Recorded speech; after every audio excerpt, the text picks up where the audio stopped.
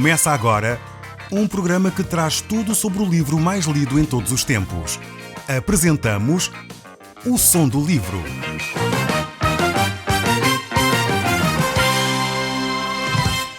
Seja muito bem-vindo. Neste podcast vai encontrar o livro mais conhecido e lido em todo o mundo.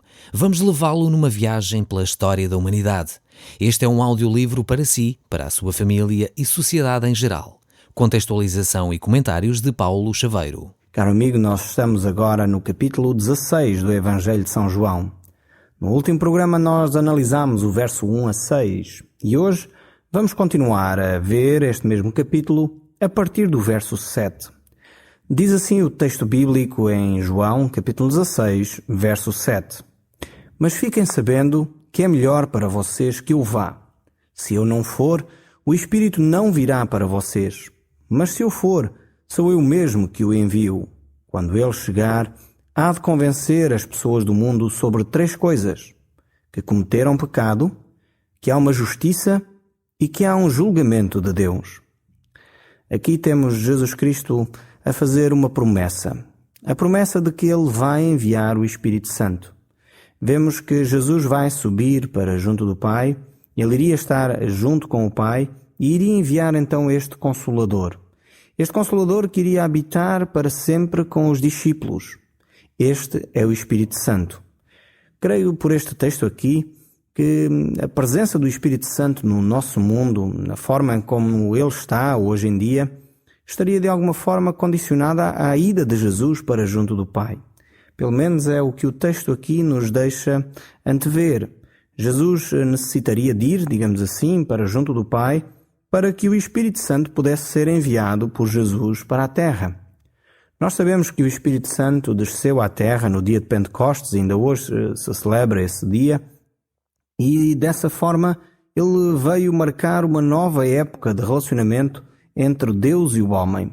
Essa nova época nós descrevemos-la como a época da graça, o tempo especial em que Deus se relaciona com o homem, tendo o próprio Espírito de Deus habitando no homem.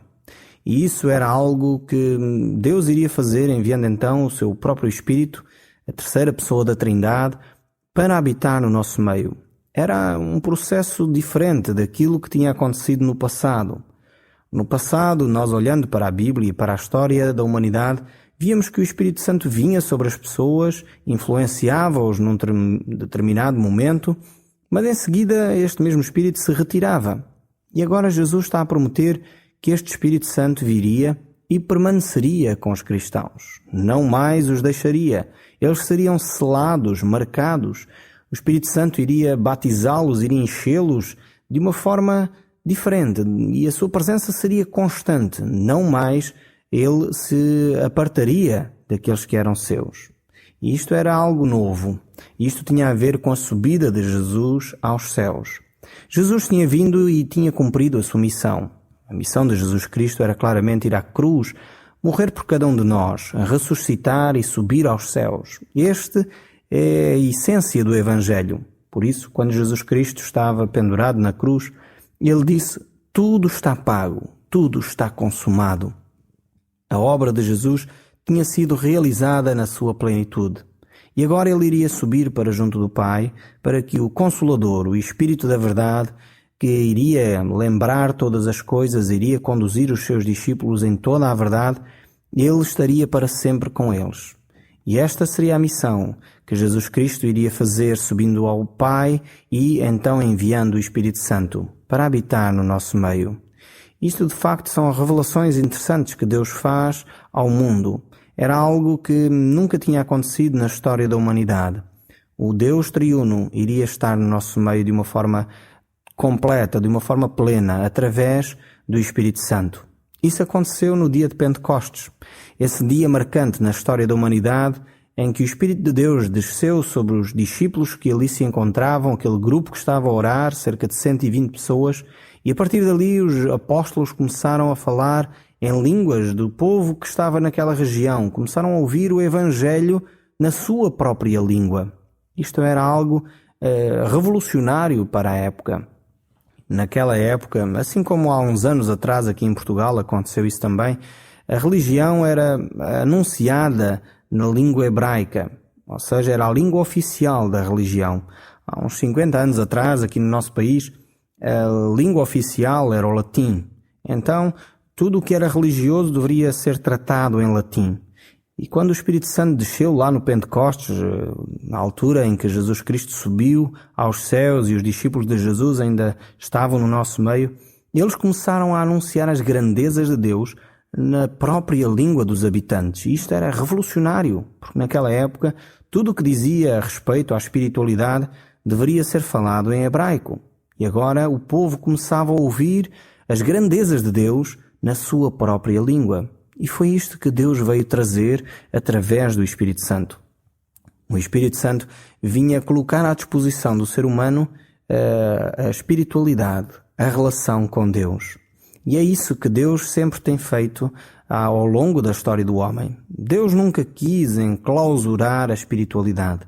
Deus nunca quis reduzir a espiritualidade a uma linguagem, a uma língua ou um povo. Não. Deus quer que todos os povos, todas as línguas, todas as etnias possam louvar e engrandecer o seu nome. E é exatamente isso que o Espírito Santo vai fazer. Infelizmente, ao longo da história da humanidade, o homem tenta enclausurar a espiritualidade e a relação com Deus. E tentou fazê-lo, e no nosso país não precisamos recuar muitos anos para nos lembrarmos disso. Mas ainda bem que o Espírito de Deus continua livre e agindo no homem, trazendo a cada um de nós numa linguagem simples, numa linguagem às vezes até nem religiosa, aquilo que é profundo e aquilo que é de facto relevante para a nossa vida. Talvez alguns de nós, ouvindo este programa, dizem, de facto, parecemos que estamos a conversar, não tem um tom de religião, mas na realidade Deus se revela através destas palavras, pois estamos a falar da palavra de Deus, que é viva e é eficaz, e é ela que fala ao seu coração. Mesmo quando não temos uma entoação de voz sacerdotal, mesmo quando não temos um timbre de voz ou que parece típico das igrejas, mas não é isso que interessa.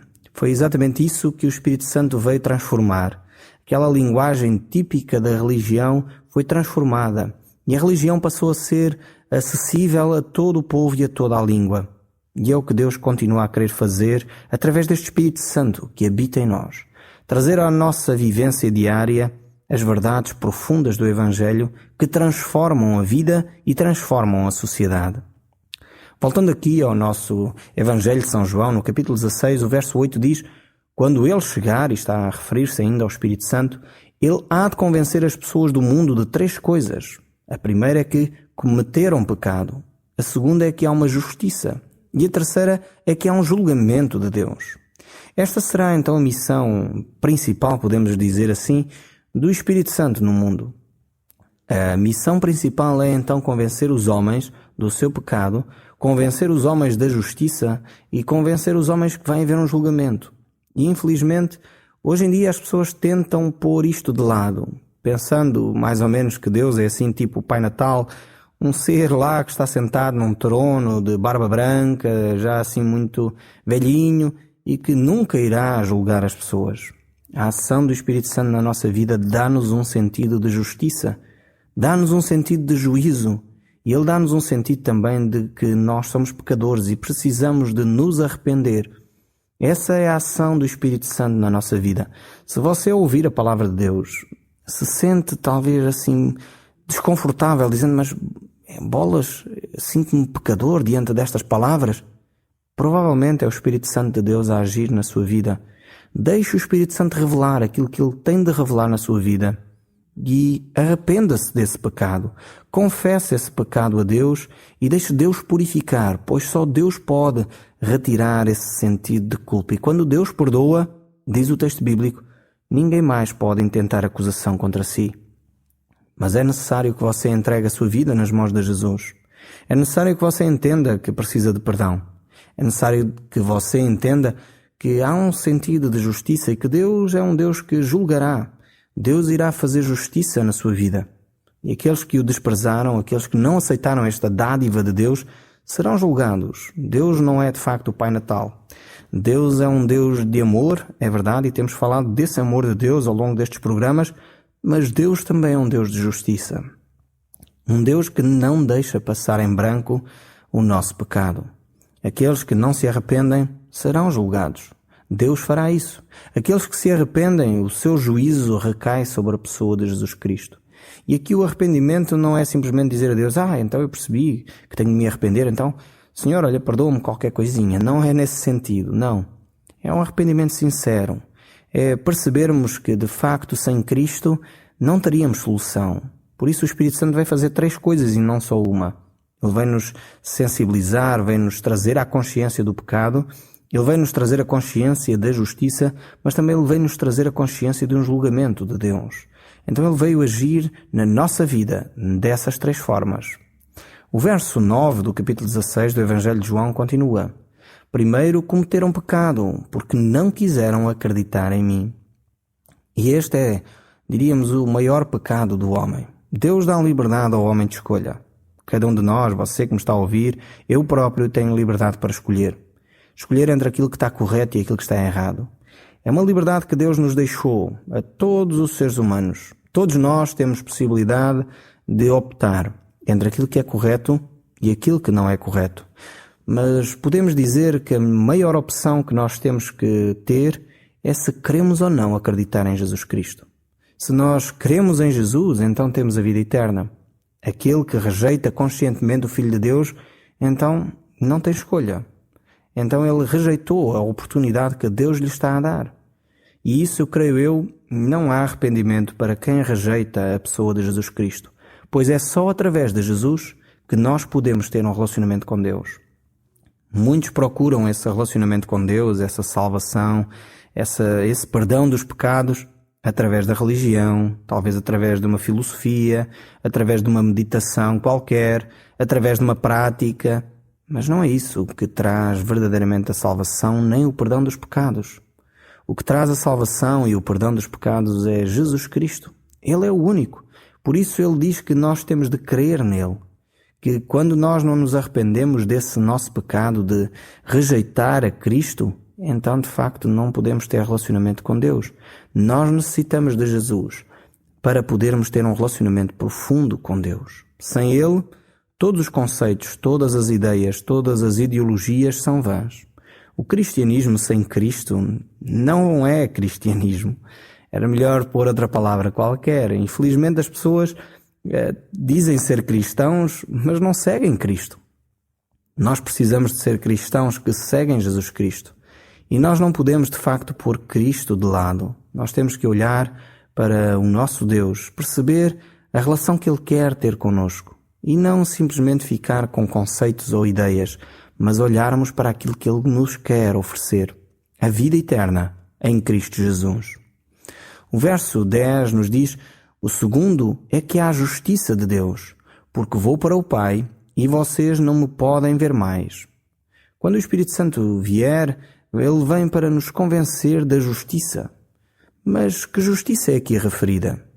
É uma justiça demonstrada por Cristo, quando Ele viveu aqui no mundo, quando Ele morreu por nós, quando Ele ressuscitou de entre os mortos e foi elevado aos céus. Toda a justiça divina foi cumprida em Cristo para que o homem pecador pudesse ser aceite como filho de Deus. Assim como a fé de Abraão foi-lhe imputada para a justiça, assim também a nossa fé em Cristo nos é imputada para a nossa própria justiça. Desse modo somos salvos pelo que Cristo realizou na cruz, pagando Ele mesmo, Jesus, o preço por cada um de nós. E o Espírito Santo veio então para convencer o homem dessa justiça de Cristo, para levar-nos a crer nesse sacrifício salvador, esse único sacrifício que nos dá a vida eterna. O verso 11 do capítulo 16 do Evangelho de João diz: o terceiro, há um julgamento de Deus, porque o que manda neste mundo já foi condenado. O que é que quer dizer então este texto aqui? Quer dizer que o Espírito Santo veio para convencer-nos que o julgamento já caiu sobre Satanás, que o príncipe deste mundo já está julgado. Satanás já foi julgado. Jesus falou várias vezes sobre esse julgamento sobre Satanás. E na cruz, o inimigo das nossas almas sofreu uma grande derrota. O Espírito Santo então veio para nos convencer disto também. Infelizmente, há muito poucas pessoas que se convencem de que Satanás já está condenado. Por vezes vemos cristãos tão aterrorizados quanto às questões espirituais que quase dá a sensação que o diabo e Deus andam ali taco a taco, andam ali quase de igual para igual. Jesus está a dizer aqui que ele já foi derrotado na cruz. E o Espírito Santo veio para nos mostrar exatamente isso. Por vezes ouço histórias de pessoas que vêm ter comigo e contam que andam tão atormentadas com demónios e, enfim, espíritos demoníacos que os atormentam, e alguns deles até são cristãos, mas andam tão atormentados, tão receosos disso, como se Satanás tivesse mais poder que o Espírito Santo que habita em nós ou que o próprio Jesus Cristo. Isto é uma das grandes mentiras do diabo. Nós cristãos temos a vitória em Cristo Jesus e precisamos de andar em paz com isso. Não podemos andar atormentados com maldições dos antepassados e coisas do género. Não. Cristo já teve para nós essa vitória conquistada ali na cruz.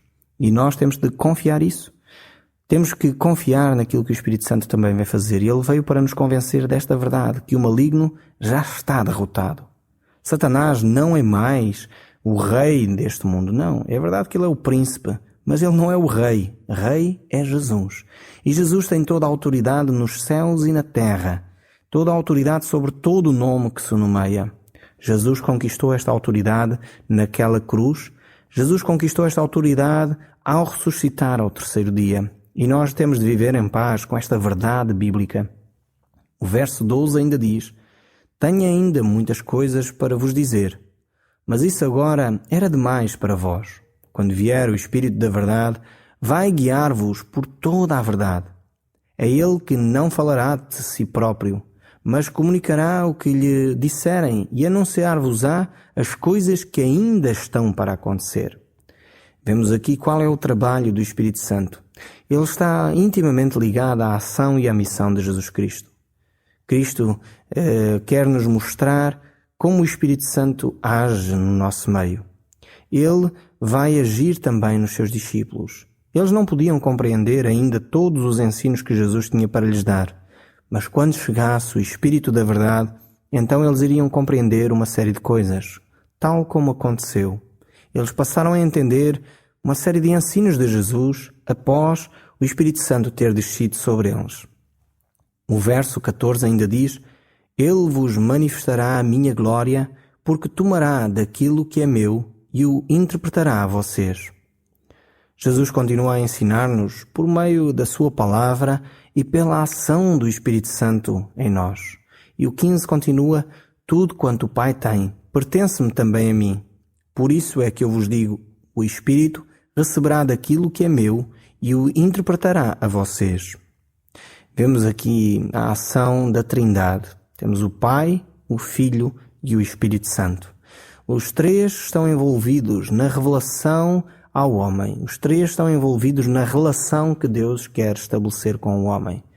Vemos também que o Espírito Santo, o Pai e o Filho estão envolvidos constantemente em ação. Quando, por exemplo, Jesus foi batizado, ele estava ali, desceu sobre ele como uma pomba. O Espírito Santo, Deus manifestou-se dos céus falando: este é o meu Filho amado em quem me comprazo. Jesus, quando nos deu a grande comissão, ele diz que nós deveríamos batizar-nos em nome do Pai, do Filho e do Espírito Santo. Então a Bíblia está cheia da Trindade de Deus. A Bíblia é um livro que revela quem é o nosso Deus. Não estamos a falar de três deuses, não, estamos a falar de um único Deus que está entre nós, que subsiste em três pessoas: Pai, Filho e Espírito Santo. O apóstolo Paulo nos diz: e a graça do nosso Senhor Jesus Cristo, o amor de Deus e a comunhão e a consolação do Divino Espírito Santo sejam convosco, agora e para sempre. Vemos como frequentemente a Trindade aparece nas Escrituras. Então é uma revelação de Deus ao homem, e o facto do Espírito Santo ter descido no Pentecostes de uma forma toda ela especial, então trouxe mais esta revelação ao homem de que Deus Pai, Filho e Espírito Santo estão interessados nessa relação consigo e comigo. No verso 16 do capítulo 16 do Evangelho de João, o texto continua: dentro de pouco tempo vocês vão deixar de me ver, mas um pouco mais tarde hão de voltar a ver-me.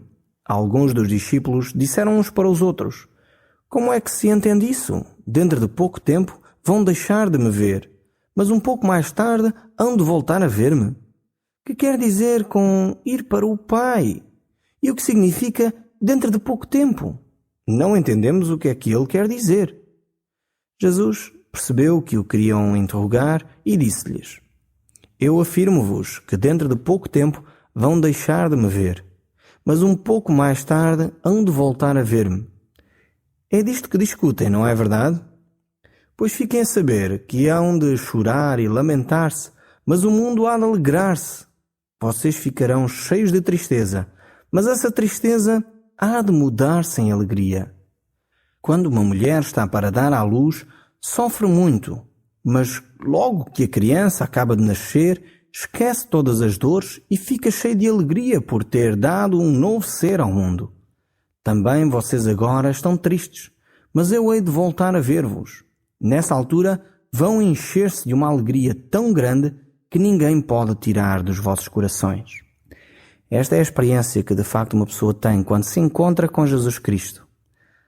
Quando alguém recebe Jesus como Senhor e Salvador, essa alegria inunda o coração. E nós temos recebido muitos relatos de pessoas que nos escrevem ou que telefonam, exatamente demonstrando esta alegria que têm tido ao receber Jesus Cristo.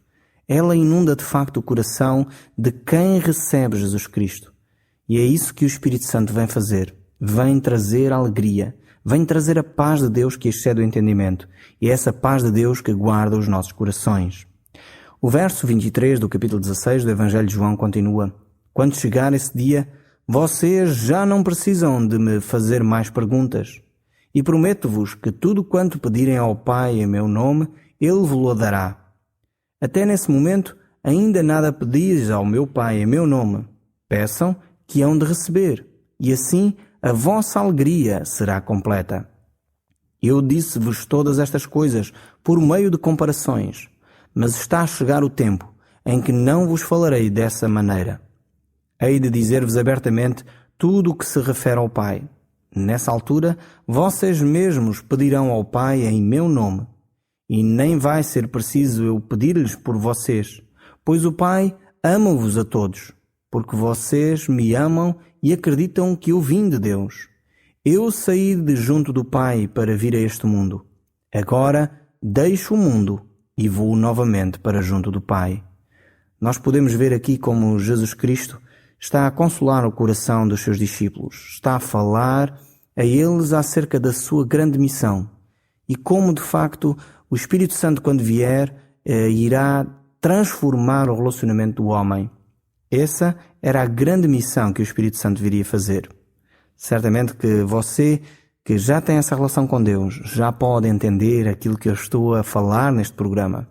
Mas se você ainda não tem essa relação com Deus, peça agora mesmo que o Espírito de Deus venha sobre si, para que Ele possa revelar toda a verdade, todo o ensino que Deus tem para si neste momento. No próximo programa, nós continuaremos a ouvir a Palavra de Deus e a ouvir aquilo que o Espírito Santo tem para nos dizer. O Som do Livro, uma produção da Rádio Transmundial de Portugal.